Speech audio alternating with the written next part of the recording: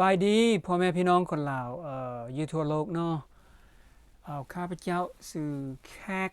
เป็นคนลาวอยู่อเมริกาอยู่รัฐเท็กซัสโดนนานแล้วบ่ได้มาเฮ็ดวิดีโอมื้อนี้ก็ถือโอกาสมาเฮ็ดวิดีโออีกเนาะวิดีโอของข้าพเจ้านี่นะแล้วก็ที่เคยเฮ็ดมาแล้วก็วิดีโอตัวนี้นี่นะแม่นส่วนหลายแม่นการเอาประสบการณ์ความคิดความเห็นความเข้าใจที่ตัวเองได้มาจากการได้มาอยู่โลกอันนี้นี่56 ปีแล้วก็อยู่อเมริกานี่ก็42 ปีจะเข้าแล้วเดี๋ยวนี้เหตุผลก็เพราะว่าคิดว่ามันแล้วก็เป็นการล่มกันว่าซั่นมายักมาล่มกับคนลาวว่าซั่นซะเนาะแล้วก็เหตุผลก็แม่นเพราะว่าเฮาคิดว่าอันน่ะความรู้ประสบการณ์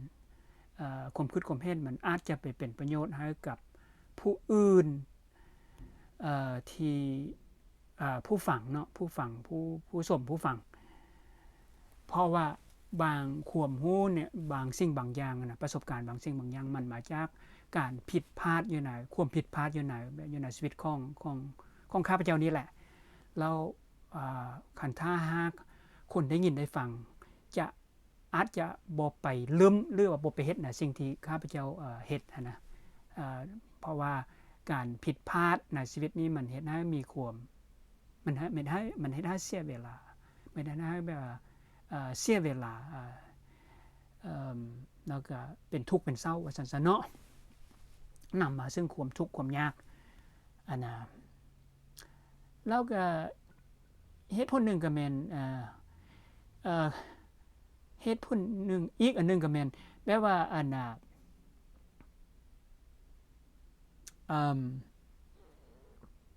คันเฮาหากเป็นคนคิดแน่น้อยนึงสายความคิดน้อยนึงหรือทบทวนน้อยนึงเฮาจะเห็น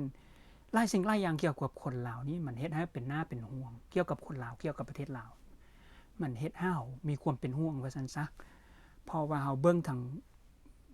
การได้การแบบว่าความสำเร็จทางด้านการศึกษาของคนลาวทางด้านเศรษฐกิจทางด้านอันน่ะความพัฒนาการพัฒนาของประเทศลาวนี่นะมันเฮาหันบ่ทันผู้อื่นว่าตามซื่อซะเฮาช้าหลายบางคนอาจจะคนลาวอยู่ทางไหนอาจจะคิดว่าโอ้คนลาวนี้ไปอยู่ทางนอกแล้วบ่มีความสนอกสนใจบ่มีความเป็นห่วงบ้านห่วงใหญ่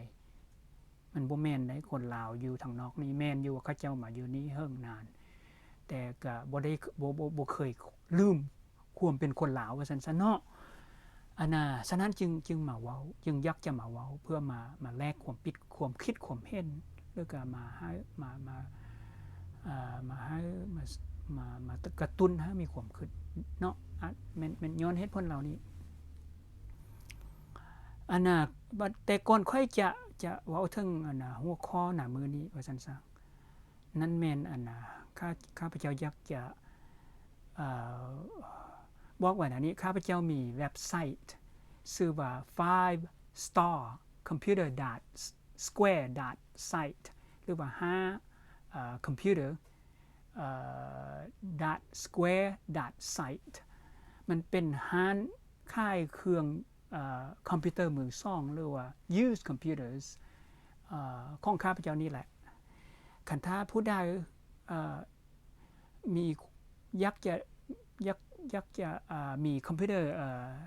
เป็นคอมพิวเตอร์เครื่องสำรองหรือว่าอยากเอาไปให้ลูกหลานสายเรียนหนังสือไม่อย่างแนวนั้นนี่นะก็ขอให้ไปเบิ่งแล้วค่อยจะเอาอันน่ะaddress ของมันนะหรือว่าที่อยู่ของมันแล้วก็เลข phone telephone number เอาขึ้นอยู่ในอันน่ะอยู่ในสกรีนให้เนาะโอเควันนี้เราจะเว้าถึงเข้าถึงเรื่องแบบว่าอันน่ะวิดีโอมื้อนี้มันเกี่ยวกับหยังว่าซั่นๆเนาะอันน่ะวิดีโอมื้อนี้มันเกี่ยวกับเรื่องข้าพเจ้า ข้าพเจ้าเชื่อว่าอันนี้ซะความคิดของคนเนี่ยนะมันมาก่อนการกระทำโดยเฉพาะแม่นความคิดที่การกระทำที่มันโดยเฉพาะแม่นการกระทำที่มันส่งผลสะท้อนไกลส่งผลสะท้อนลึกสมมุติการสั่งขี้มูกว่าเช่นตัวอย่างการกระทำแบบนั้นคิดหรือบ่คิดบ่มีผลสะท้อนปานใดแต่คันถ้าหากว่าการเส้นการดำเนินชีวิตนี่นะมันเป็นการกระทำแบบนึงแม่นบ่คันถ้าความคิดอยู่ในเบื้องล่างของการกระทำของการดำเนินชีวิตนี่นะมันบ่ดีมันบ่ถึกมันมีข้อบกพร่องนี่นะมันจะส่งผลสะท้อนแบบว่าแบบว่าลึกแล้วก็หายแห้งว่าซั่นซะเนาะฉะนั้นความคิดนี้มันเป็นเรื่องสำคัญที่สุดนะกลัวเรื่องอันใดทั้งสิ้นนะโลกอันนี้นี่นะคันมีความคิดดีความคิดถึก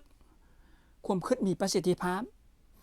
การกระทำที่ตามมาจากความคิดนั่นนะมันก็จะนำไปในสิ่งที่ว่าเป็นการกระทำที่ดีเป็นการกระทำที่ถึกเป็นการกระทำที่มีประสิทธิภาพ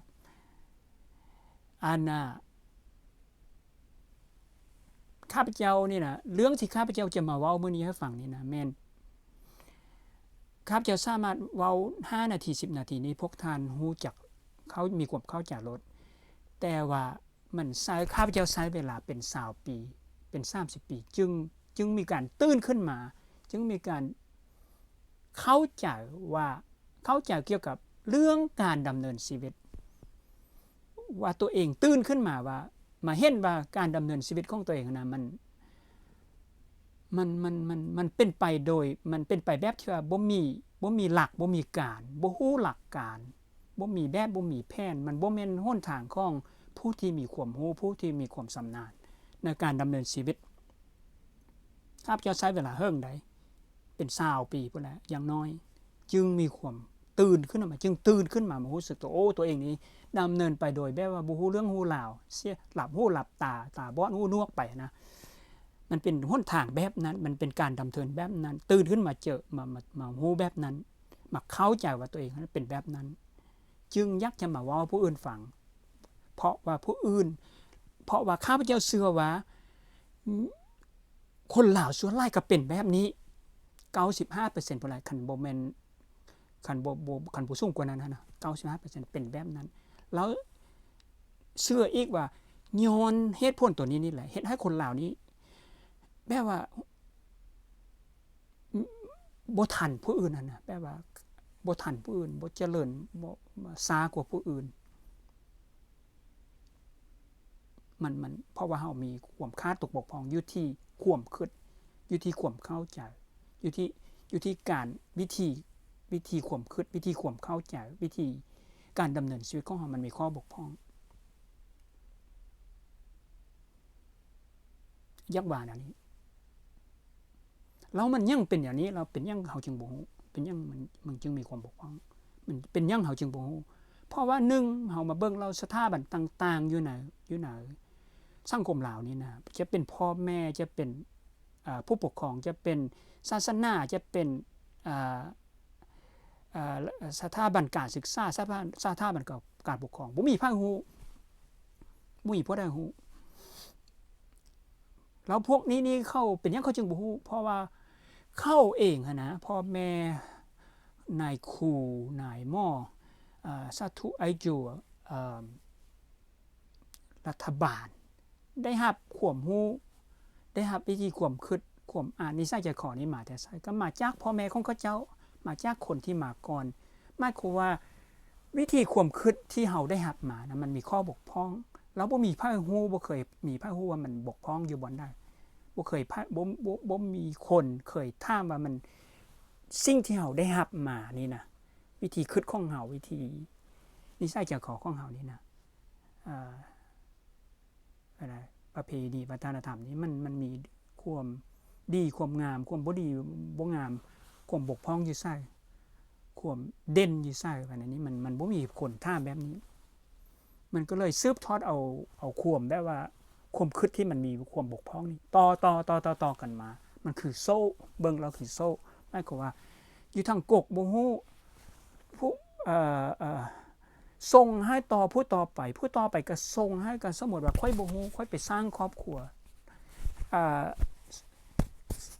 ส่งความรู้ความคิดความเข้าใจให้กับลูกให้กับหลานลูกคันถ้าความรู้นี่มันบ่ถูกต้องนะลูกหลานบ่ฮู้ก็รับเอาไปโดยบ่ได้ว่าโดยบ่มีนิสัยแบบที่ว่าเอามาพิจารณาเบิ่งมาถามเบิ่งว่ามันค่อยรับมาจากพ่อแม่นี่มันดีนะได้บ่ดีนะได้มันมีประสิทธิภาพแบบได้บ่มีประสิทธิภาพแบบได้บ่เคยมีบ่มีนิสัยแบบนั้นก็รับเอาความรู้อันที่ว่าเคยเฮ็ดกันมานี้ส่งไปให้ลูกเข้าต่อไปคันถ้ารับความรู้ตัวนี้มันมีข้อบกพร่องมีความบกพร่องมันก็ถูกสืบทอดให้นะมันมาจากมันเหตุผลมันมาจากสิ่งเหล่านี้มันเทียบได้ใส่กับที่เทียบให้เบิ่งอีกเทียบให้เบิ่งอันน่ะคนลาวเฮาคนลาวเฮาส่วนหลายเลยแม่นเฮาพาชีวิตของเฮาไปหน้าโลกอันนี้นี่นะวิถีของเฮานั้นเฮาบ่ได้เข้าเฮาบ่มีโรงเรียนสอนให้เฮาแม่นบ่มีผู้ใดสอนให้เฮาแล้วเฮาเฮ็ดไปเอาผู้เดียวนะเฮาเฮ็ดเฮาไปเอาผู้เดียวแต่ว่าบ่มีหลักบ่มีการบ่มีผู้ใดสอนบ่มีผู้ใดฮู้แล้วมันจะไปถูกต้องได้แนวใดมันจะได้ผลดีได้แนวใดมันก็ต้องยากแม่นบ่มันเส้นมันเทียบได้ใส่กันกับคือว่ามีกัปตันเรือผู้หนึ่งบ่เคยถูกฝึกบ่เคยถูกหัดบ่มีประสบการณ์แล้วให้ไปเอาเหือขึ้นแกงหลงแกงน้ำคลองมุกไปต่ำเหือบ่ล้มนี่มันจะเป็นไปได้แนวได้แม่นบ่เพราะบ่มีประสบการณ์แน่นอนแล้วมันต้องมีข้อผิดพลาดหลายเส้นเดียวกันกับเฮาบ่เคยได้รับการแบบว่าฝึกอบรมที่เป็นทางการจากพ่อแม่ครับส่วนหลายก็บ่ฮู้แล้วก็สังคมก็บ่ฮู้โรงเรียนก็บ่ฮู้การศึกษาก็บ่ฮู้แล้วผู้กำการศึกษาก็บ่ฮู้ผู้เป็นพระเป็นจั่วก็บ่ฮู้ผู้เป็นเจ้าเป็นนายก็บ่ฮู้มันก็เลยสืบทอดกันมาเป็นแบบนี้อันนี้มันเป็นความเชื่อของข้าพเจ้าแล้วข้าพเจ้าเชื่อแนวนี้ได้แนวได้เชื่อแนวนี้ได้ก็เพราะเฮาเบิ่งที่ยังก็evidence หรือว่าจะห้องหอยหลักฐานของมันนะเราสามารถสังเกตเบิ่งการปากการเว้าคำปากเรื่องที่เข้ามาเว้ากันคนลาวเอามาเว้ากันระดับความคิดของเขามันอยู่ซ้ำได้มันเป็นแนวได้เราสามารถเห็นได้นั้นระดับแปลว่าเส้นตัวอย่างระดับความพัฒนาของประเทศนี้สามารถบ่งบอกได้ว่าคนพวกนี้นี่มันอยู่ซ้ำได้ความคิดความฉลาดสติปัญญาของมันเป็นแนวได้อันนั้นแหละจึงเชื่อว่าคนลาวนี่มันเป็นแบบนี้มันเป็นแบบที่ว่ามันมีความค่าตกบกพร่องเป็นคนส่วนหลายบ่ฮู้แล้วมีบ่เฮิงมานี้ได้ไปเห็นYouTube วิดีโอรายการคนไทยบอกว่าชื่อมันข้าพเจ้าบ่ชื่อบ่ได้แน่คล้ายๆมันว่าอันนี้ศาสนาพุทธหรือว่าวัดเป็นบ่อนเป็นบ่อนผลิตเป็นบริษัทที่ผลิตคนโง่ว่าซั่นข้าพเจ้าก็มาเอามาคิดเบิ่งก็มีความจริงของเขาอยู่แต่มันบ่แม่นแต่สถาบันศาสนาเท่านั้นที่เป็นบ่อนผลิตคนโง่ทุกสถาบันเลยสถาบันพ่อแม่ครอบครัวการศึกษาผู้ปกครองประเทศผู้นำประเทศมันบ่ฮู้กันหมดนะนี่นะแล้วบัดนี้นี่เฮาลองมาตั้งคำถามว่ามันเป็นยังมันยังเป็นอันนี้เป็นยังจึงบ่ฮู้เป็นยังจึงใช้ความคิดวิธีความคิดที่มีความบกพร่องนี้กันมากันเป็นดนนานเป็นร้อยเป็นพันปีเป็นยังมันยังเป็นอันนี้มันเป็นแนวนี้ก็เพราะว่าข้อบกพร่องน่ะมันแม่นบกพร่องแนวได้ว่าซั่นซะมันวิธีของคนลาวนี่วิธีการใช้ความคิดของคนลาวนี่มันมีข้อบกพร่องแนวได้วิธีการเอาความคิดขึ้นมานะของคนลาวมาใช้นี่นะมันมีข้อบกพร่องนะมันมีข้อบกพร่องอยู่ที่ว่า คนลาวแต่ได้มานะมันบ่แม่น5เป็นมื้อนี้2มื้อนี้มันเป็นมาโดนนานแล้วมากกว่าจนถึงซุมื้อนี้ยังบ่มีความเข้าใจอยู่มากกว่ามันมีการคาดการซ่อนให้คน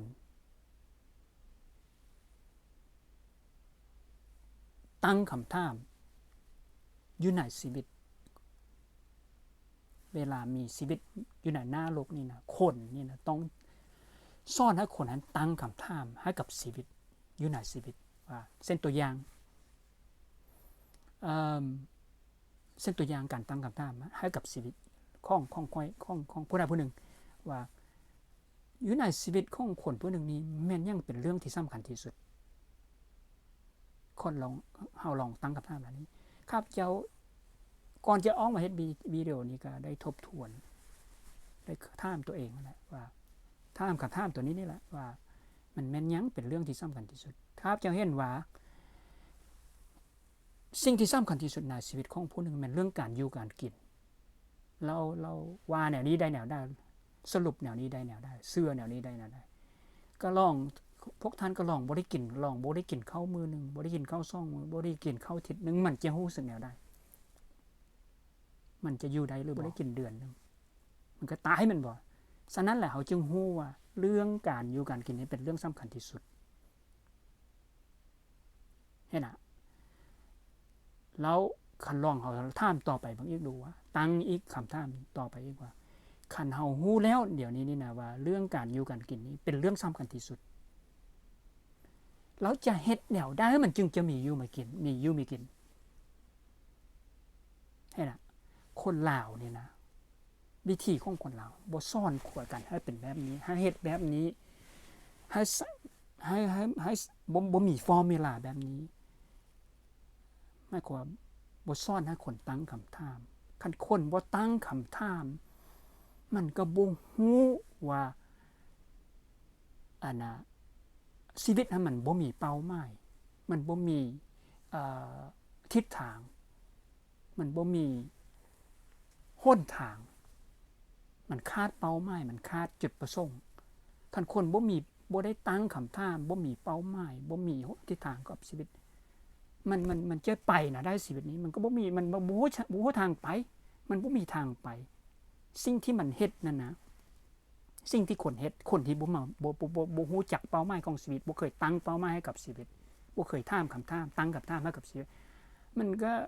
นสิ่งที่มาผลักดันให้ชีวิตไปแต่ละมื้อแต่ละเบ็ดนั้นแม่นหยังก็แม่นแบบว่าความเรียกร้องต้องการของร่างกายเท่านั้นก็คืออยากกินข้าวอยากกินน้ำอยากถือกันโอ้โหตอนนี้ฮอดตอนเช้าแล้วลุกมันเป็นการเรียกร้องต้องการความอยากของร่างกายซื่อๆที่ถูกสร้างมาแบบนั้นมันบ่ได้มันบ่มีเป้าหมายที่ตั้งขึ้นมาที่มีความสูงกว่านั้นสูงกว่าความการกระทำแบบนั้นว่าซั่นซะเห็นน่ะคันว่าผู้นึงบ่มีเส้นตัวอย่างผู้นึงบ่มีความบ่ฮู้ว่าอยากได้หยังอยากเป็นหยังอยากไปซะอยากมาซะชีวิตนี้อยากให้มันไปทางใดมาทางใดมันก็บ่ฮู้จักจะไปทางใดชีวิตมันบ่มีหนทางเพราะว่าเส้นตัวอย่างเจ้าบ่อยากไปประเทศลาวก็บ่อยากไปประเทศแอฟริกาบ่อยากไปประเทศไทยก็บ่อยากไปทางใดสิเป็นก็บ่ไปทางใดนั่นน่ะอันนั้นแหละ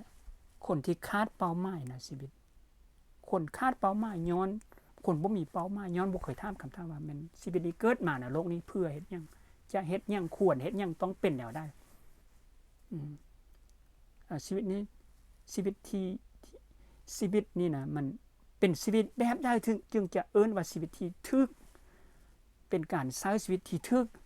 เฮาจะฮู้ได้แนวใดว่าชีวิตที่ถูกนั้นมันเป็นแนวใดเจ้าต้องตั้งคำถามแล้วก็ตอบคำถามเจ้าเองบ่มีผู้ใดสามารถเฮ็ดให้เจ้าได้เพราะว่าคนเกิดมาในหน้าโลกนี้นะมันคือกับชีวิตของคนนี้มันคือกันกับแบบว่ากระดาษเจียข้าวเป่าอันนึงเจ้าจังหามันเป็นได้หรือว่าบ่เป็นได้นั้นเจ้าแต้มเอาเจ้าคิดเอาคันเจ้าบ่แต้มบ่คิดหยังบ่ใส่สีบ่ใส่หยังเจ้าชีวิตของเจ้ามันก็บ่มีหยังมันบ่มีหยังนั่นน่ะผู้ที่ว่าเขามีหยังเจริญรุ่งเรืองในด้านนึงน่ะเขาแต้มเอาเขาหมายเอาเขาว่าเขาอยากเป็นแนวนี้เขาอยากได้แนวนี้เขาอยากได้แนวนั้น ห็นน่ะอันนั้นแหละฉะนั้นสิ่งที่มันค่าตกบกพร่องนะอยู่ในวิธีความคิดของคนลาวนะมันเป็นการซ่อนให้คนท่ามคำท่ามไล่เท่าได้ยิ่งดีเพราะว่าการท่ามคำท่ามมันจะให้ชีวิตนั้นมีความแจ่มแจ้งว่างว่ามาฮอดนี่ผู้ฟังผู้สมนะจะเข้าใจว่าข้าพเจ้าเว้าหยังจะมีความเข้าใจแล้วก็ถามตัวเองเบิ่งว่าไข่นี่นะก็มีอยู่บ่เป้าหมายในชีวิตได้เกิดมาอยู่ในหน้าโลกอันนี้50ปีบ่30ปีบ่มีหยังก็ตามก็มีบ่ก็ได้ตั้งเป้าหมายให้กับชีวิตบ่ก็ตั้งคำถามอยู่ในชีวิตหรือบ่แล้วอีกอันนึงก็แม่นคนลาวนะควรเฮ็ดแบบที่ครับมีควรมีจุดประสงค์มีความหวังแบบข้าพเจ้าเนี่ยแหละแบบว่าอยากจะไปเฮ็ดให้คนลาวตื่นขึ้นไปเปลี่ยนความคิดไปเปลี่ยนความเข้าใจของเขาช่วยกันไปเปลี่ยนความคิดความเข้าใจของเขาเพราะว่าคนผู้หนึ่งผู้เดียวนะโลกนี้คนที่อยากเฮ็ดแนวข้าพเจ้านี้มันน้อยคนที่บ่ฮู้บ่เข้าใจบ่คิดว่านั้นมันหลายฉะนั้นสิให้คนดามคน2คนนี้มาเปลี่ยนคนเป็นล้านเป็นแสนคนนี้มันบ่เป็นเรื่องก็ว่าเป็นไปบ่ได้ฉะนั้นออกมาช่วยกันเว้ามาฟังมาเว้าเด้อแล้วก็คันถ้าผู้ใดได้รับประโยชน์จากวิดีโอตัวนี้ก็ขอให้ subscribe หรือว่าคลิก like เพราะว่าYouTube มันจะไปนำเสนอให้ผู้อื่นฮู้นำให้เห็นนำว่าซั่นซะคันบ่มีผู้ใด like บ่มีผู้ใด subscribe นี้มันวิดีโอตัวนี้จะบ่ถึกคนจะบ่นำบ่ถึกนำเสนอให้คนเบิ่งซั่นซะแล้วก็ขอให้แบบว่าบอกมาได้ว่าพวกท่านนั้นเบิ่งมาแต่ซ้ายส้มมาแต่ซ้ายโอเคก็มีแต่เท่านั้นมื้อนี้เนาะเราเจอกันมาหวังว่ามันจะมีประโยชน์ต่อทุกคนเด้อโอเคสวัสดีสบายดีเราพบกันมาเทื่อหน้าขอบใจ